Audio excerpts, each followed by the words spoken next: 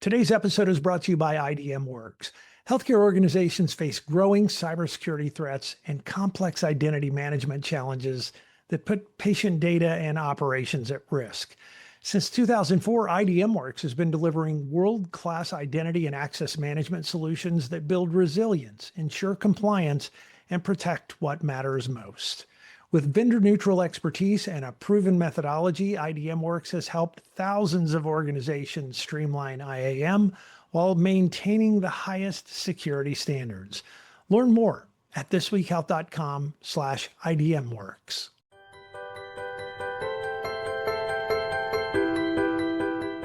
I'm Bill Russell, creator of This Week Health, where our mission is to transform healthcare one connection at a time.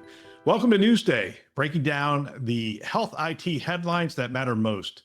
Let's jump into the news. It's Newsday, and today I'm joined by the whole cast of characters stretched to Ford, the incomparable Sarah Richardson, and Bill Willis. Bill, we were on the road together. Welcome back. You did the Freedom Trail in reverse. I did, yeah, and just missed the 50-mile-an-hour winds that pushed me from the top to the bottom. But yeah, it was good. It was good to see you and the team there at dinner on last week. That was not an exaggeration. It was 40 to 50-mile-an-hour winds that day, and I guess you and your wife decided to start at the top of the trail and walk down instead of trying to walk up. Yeah, we learned, actually, if you've ever gone to Maui and done the road to Hana, the great news is when you get there, you have to go back. It's like, the 3 hours that you got there, you could have 3.5 going back. So from that experience, it's like, well, we have to do the same thing on the Freedom Trail. Why don't we just kick it over and we'll start at the top, and we only have to do 2.5 miles instead of 5. So yeah, no, it worked out great. And my wife had never been to Boston. It was fantastic. So we had a city tour dinner. We were in a bank vault, which the most interesting thing about the bank vault for me, we'll get to the news. I know you guys are wondering, but most interesting thing about the bank vault, it's about 2.5, 3 foot thick door to the thing. But on the inside was all this ornate metal work that was done. And it was like, that would not happen today. We don't have that kind of, first of all, attention to detail on things that we think people are not going to see. But it's also from a time gone by where, the artisan, the craftsman was something that was really celebrated. We don't see that much. Bill, I'd love to start with you. We've been talking about our city tours and our summits this year, and what sort of surprised you about the city tour in Boston, the conversation we had there? A couple things, I guess, in no particular order. Number one, the chief information officers that were there were fully engaged, which was great, right? It wasn't like they were holding back. There was all levels of leadership and size of the hospital systems and the health systems there. I think probably one of the most fascinating things was one of the CIOs who runs a rural environment was like, I'm coding using artificial intelligence because I just need it for the syntax. I know the business logic. I'll supply the business logic. I just need it to do the syntax because I know what I want, right? And so that was impactful and powerful from my chair. Probably the most interesting too is that the lady that was in charge of Vermont is a customer. And so I was just listening to her and how we had impacted her, even though I didn't ask her directly. But the one thing that struck me is that they all need to do more with less. Yeah. Right. And you correctly hit it right on the nail. It's like they have 4 streams of revenue and everything else is subservient to that to be able to give a full-fledged experience to everyone.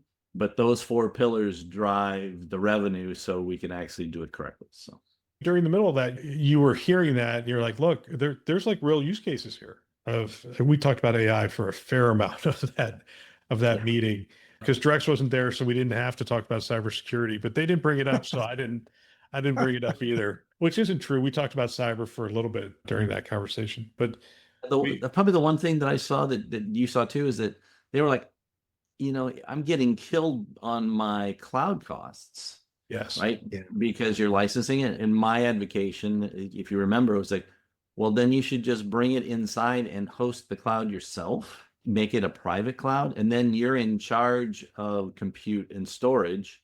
You don't have to just run the clock like you do when you put money in a parking meter, right? You can own the parking meter. You still have all of the same bells and whistles and you have it as a SaaS, but you now own it as a discrete thing and you don't have to keep throwing the money out the door. So it was interesting to hear you bring that into the equation, because we've heard over the year that so much of the budget has become fixed. You know, you have these contracts, you have these cloud contracts and whatnot. It's just all become fixed. And every time somebody comes and says, hey, do a 10% cut, there isn't that much to go after anymore instead of people. There's no place to go into it, right? You're paying all these things now have become utility bills that are X amount of dollars every month or every year, and you got to pay those bills. So when it comes to cutting 10%, like there's only this tiny slice of the budget that mostly involves people usually, where you can go and make those cuts. It's painful. Sarah, how do you feel about owning the cloud? This is in your wheelhouse, I think. Yeah, to a degree. I mean, one of the things that you hear me say is you can't cut your way to prosperity. So you got to really consider where some of these financial investments are going to go. But when you go into an investment, also understand the reciprocal aspect of what that means. Like if we had to reduce this, what would that mean for our organization? Because these big spends tend to have a long horizon on them as well. These investments are 5 and 10 years down the road in some cases, especially to get all of the true ROI out of it, which we've discussed in previous conversations as well. Anytime you're going to go into multi-cloud, private cloud, public, whatever you're looking at, different carriers, different aspects, what are the use cases? And run FinOps. Have people on your team who have that financial acuity to know exactly how much it costs to put it in there, how much it costs to get out, and are we running the right use cases against some of these environments? So I'm a big fan of FinOps. I'm a big fan of having people who've done it before or leveraging those people who can help you get there. So upskilling your team is as much about using AI for coding and other aspects of efficiencies as it is understanding the financial implications that come along with those decisions that you are making. I'm a big fan of moderation in all things, including moderation. This is one of those situations, I think, with the cloud where once organizations started moving toward the cloud, they were like, oh, put everything in the cloud. Let's get out of the data center business. Let's completely do everything in the cloud. And the pendulum swung all the way. And now, as Bill sort of talks about, people are starting to see that, oh, wait, this might not be the best idea ever. And so I hear of a lot of organizations who are starting to have that conversation about what should we be bringing back, because this is stuff we don't really need to have somebody else running and paying a utility bill on. Yeah, I mean, the easy button is the lack of governance on the spend of compute and storage. And that's what it boils down to, versus the easy button of just push it out there and I can spin up something really quickly. I think the utility of spinning things up quickly and doing just-in-time services is correct. But the governance of where that needs to sit from an investment perspective is lost. And it really needs to, as Sarah correctly stated, right? You need to take a step back and say, yes, we need that. Yes, we need that capability. But, do we have a Thanksgiving dinner when I just wanted a salad? What do we think we're going to be listening to next year? And actually, before we go there, one of the things I always throw out is a prominent CIO was talking about the cost of cloud, and he was specifically talking about the cost of storage in the cloud. And I think they've done digital pathology and a couple other things, and it's growing at a significant clip. And he's imagining a cliff at some point. It's almost like the federal budget deficit. It's like it's going up at this pace, and the costs are going up at this pace. And he's sort of sitting there going, "Look, I can extrapolate this. There's a point at which our cost of storage is taking more than what's actually allocated to my IT budget." And Bill, I think this gets back to what you're talking about, which is we may need to bring some of this stuff back on site. The discipline of storage has not changed since the beginning of computing. Is that how many times do you need to have that image right at your fingertips straight away, and you've got all of it in a SaaS environment? We've learned that lesson a gazillion years ago, is that you have offline storage and you have online storage. The last time that I had to go in and give it to the specialist they took an MRI for me, I had to actually set up that appointment, took a period of time. That's more than enough time to take it from offline storage, grab it, forward it, and be done with it. And offline storage is what, 10% of online storage? Most. So I think we've lost the fiscal discipline about having everything at your fingertips.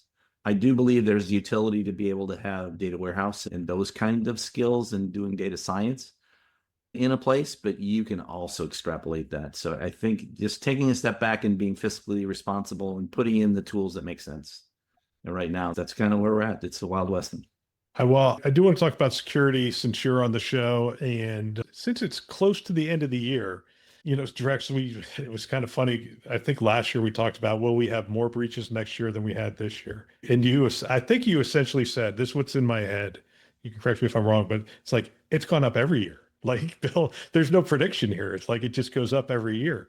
Are we going to see that change in 2027 or 2026? No, hopefully in 2026. If you could actually take cyber criminals and make that a stock exchange, you would have one heck of a return on your investment, because it's billions of dollars on a regular basis. We all see that. So I have a different view than most about what the problem is. It is not the technology. It's not a technology problem. It's a data problem and a process problem. So if you're still managing the service desk for help desk, and it's 1-800 change my password, and you ask 3 questions and 3 answers from a script, you are vulnerable. That's not what a modern approach is, and you shouldn't take that approach. We know that's $25 to do that every time you do it. We've got one customer of ours. They have 50,000 password resets every single year. Times 25, times 4, $5 million. If they just change the process to be able to self-serve and eliminate passwords, they already have the technology stack. They've invested in it. Immediately, I give you $5 million back. Here, Merry Christmas. Go for it. And you've taken away the single most important thing that a hacking community wants, is the portal to be able to hack away like crazy. That's a hackathon. We also see the change, Bill, that's going to happen is that identity specifically has a relationship with an application in 3 areas, right? It has a relationship with identity governance, like I need to onboard somebody to use an application, I need to take them away. The second one is access management. I need to give that same application the ability so somebody can log in and use that application. The third one is privilege. Who are the people that have elevated access to be able to do something within that application? We think that's wrong. I think you'll see that relationship is going to go 180 degrees, where you're going to have, say, this is application A. I need to now have a relationship downstream for those 3 instead of those 3 sitting at the top and doing it the other way, basically turning it around. You will see that the amount of time, money, and velocity significantly change, because now the application is what you're trying to do. And that's the end of the day. That's why these tools exist, is to do that. But nobody ever thinks about it, because the identity industry thinks in 3 silos. It needs to be turned around and do that. So we see that happening, and we believe there's going to be a reckoning as far as how much time and how much money needs to be spent to actually onboard and manage these things. So. Is that where you're starting to see, though, the marriage more and more, HR, security, IT, et cetera? It seems like HR has always been like a support mechanism for the organization. And now we're hearing of organizations where they're combining the HR and IT teams, because the way the technology is now influencing how onboarding, offboarding, et cetera, is performed in an organization. Yeah. So Sarah, what we see is that at a minimum, the leaders of human capital management recognize that their information and their process drives the efficacy and the delivery of identity services to the business. If their data is timely, if it's accurate, and it has good context, that means I can deliver just-in-time delivery of services as soon as something happens, because that's the world we live in today. I can make sure that a person has least privilege, just the things that they're supposed to have. And as long as I have good quality of the data, I can actually implement a role-based access control. Without those 3 things, the Holy Grail will never be applied. So yes, I see at a minimum they partner. In the smaller organizations, we do see them combining. And then there's a huge reduction in how long it takes to onboard somebody. Because how many places when you onboard, you're waiting like a week and a half for a laptop for somebody. So all that wasted time when someone joins the org, everything is day one. We actually just went through an exercise with a healthcare system in the Northwest where they have 6 use cases that we put in for their total cost of ownership.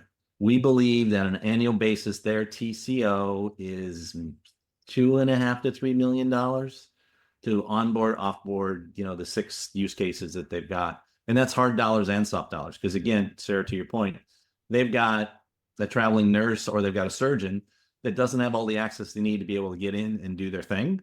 And you're paying them every minute to sit there and tap their foot waiting to get in there. So if you can do those three things that I just described with the relationship, we believe, except for changing out to a modern tool at the other end, the data and process automation reclaims that $2.5 million in 8 months. It's crazy. And it's not even the tool. If you've got a decent tool and you've already invested in it, you just got to fix the front. It is the process, right? It is the I mean, process. preach on, Bill. I'm loving this. We Amen, hear brother. people talk all the, hear people now say all the time, identity is the new perimeter. But, I'm in this mode of like, I think identity's always been the perimeter. We've just been trying to protect it with this hard, crunchy outside shell that has failed us now. And so we've got to rethink this whole identity issue. How are we going to protect identities? How are we going to make sure that we can recognize when something weird has happened? All that stuff is going to have to be part of the 2026 agenda. We actually see the number one thing that blocks things is actually the institutional knowledge of a business and a healthcare system, that the same people have been doing the same thing for 20 plus years, moving paper or emails from A to B. And they're in a position where, I'm going to retire soon. Don't bother me. I don't want to change. Instead of thinking more, do more with less, they just status quo. They're also part of the problem too, to get to role-based access control, because you have access sprawl. They've been in 7 jobs over 20 years. They've carried that access with them. And the relationship between lifecycle management and governance and access management has never come together to be able to say, you haven't touched it in 45 days. And this 2.0, that standard for control says, if you haven't used it in 45 days as the baseline, I'm taking it away.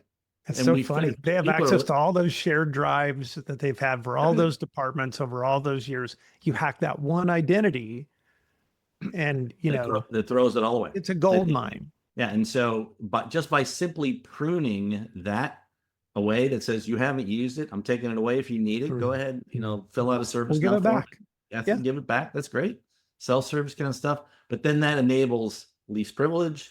It actually gives you the controls for role-based access control. And you can do just-in-time delivery services, the holy grail.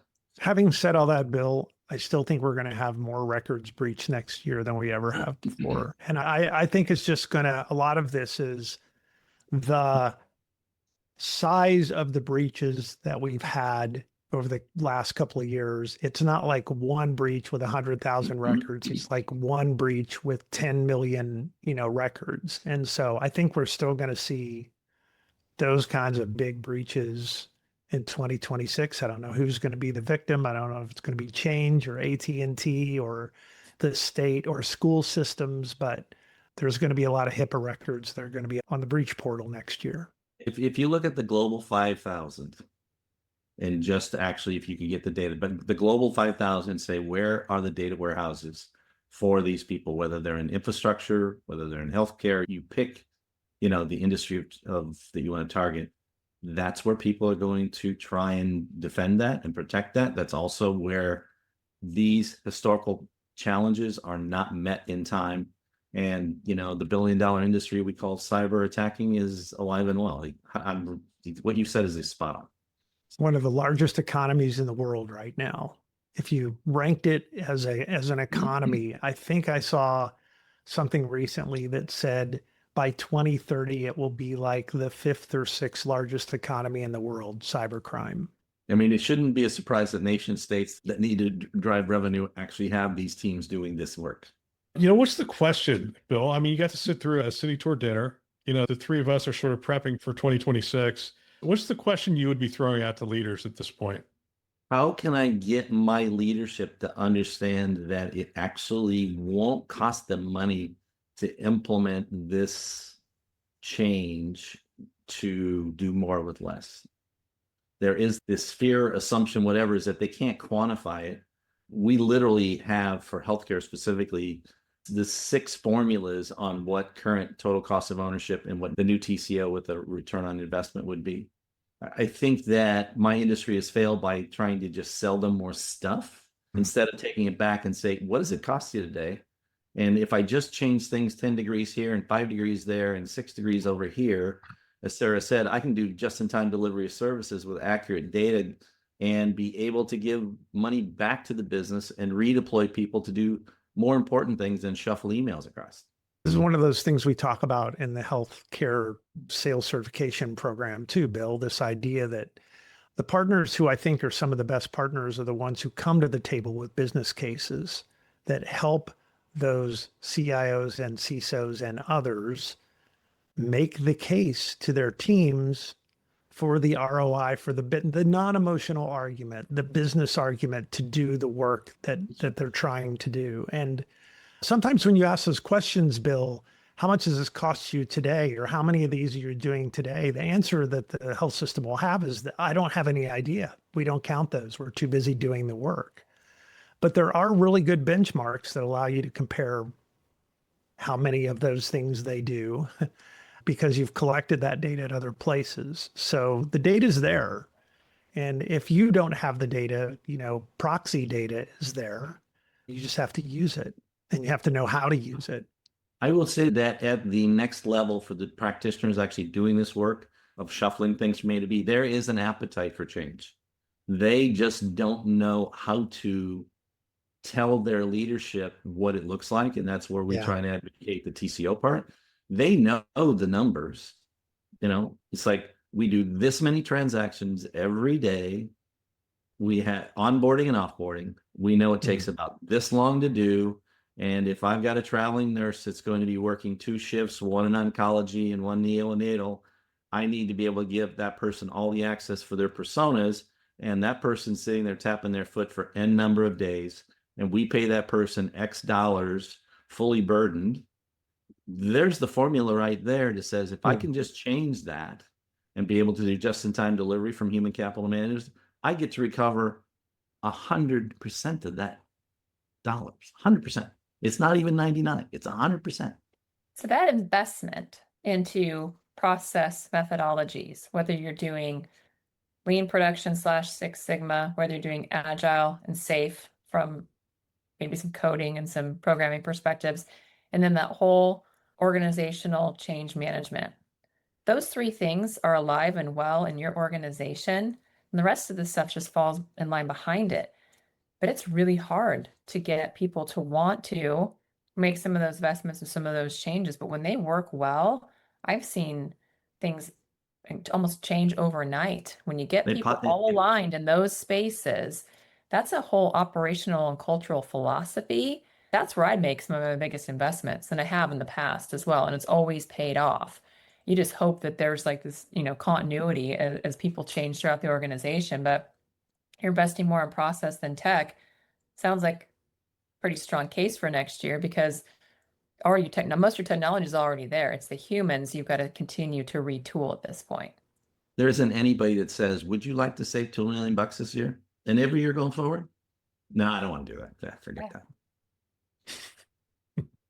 Well, heck, you pop the other part out there, the other $5 million. So just in this conversation, I've helped the health system recover $7.5 million. I mean, we have this thing we call a fireside chat where we'll sit down with a whiteboard. I got a bunch of markers. I'm going to be doing one here for a company here in Orange County this afternoon.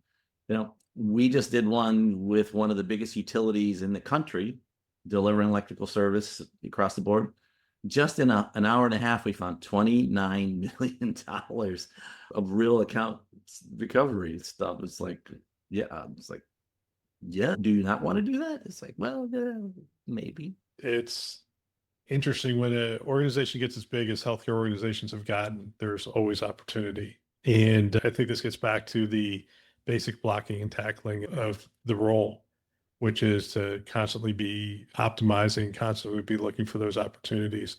There's still dollar bills sitting on the floor to pick up. We don't have to implement a huge AI tool to do all these things. Some of these things we do with discipline. It is ironic we were sitting in the bank vault having that conversation, by the way. It was a little bit. Well, hey, I want to thank you, Bill, for coming on the show and hopefully giving everybody a Christmas gift. A couple $1 million in savings would be really nice. Drex, Sarah, thank you as well. And hey, thanks everybody for listening. That's all for now. Yep. Sarah, Drex, Bill, thank you. Appreciate it anytime. That's Newsday. Stay informed between episodes with our daily insights email. And remember, every healthcare leader needs a community they can lean on and learn from. Subscribe at thisweekhealth.com/subscribe. Thanks for listening. That's all for now.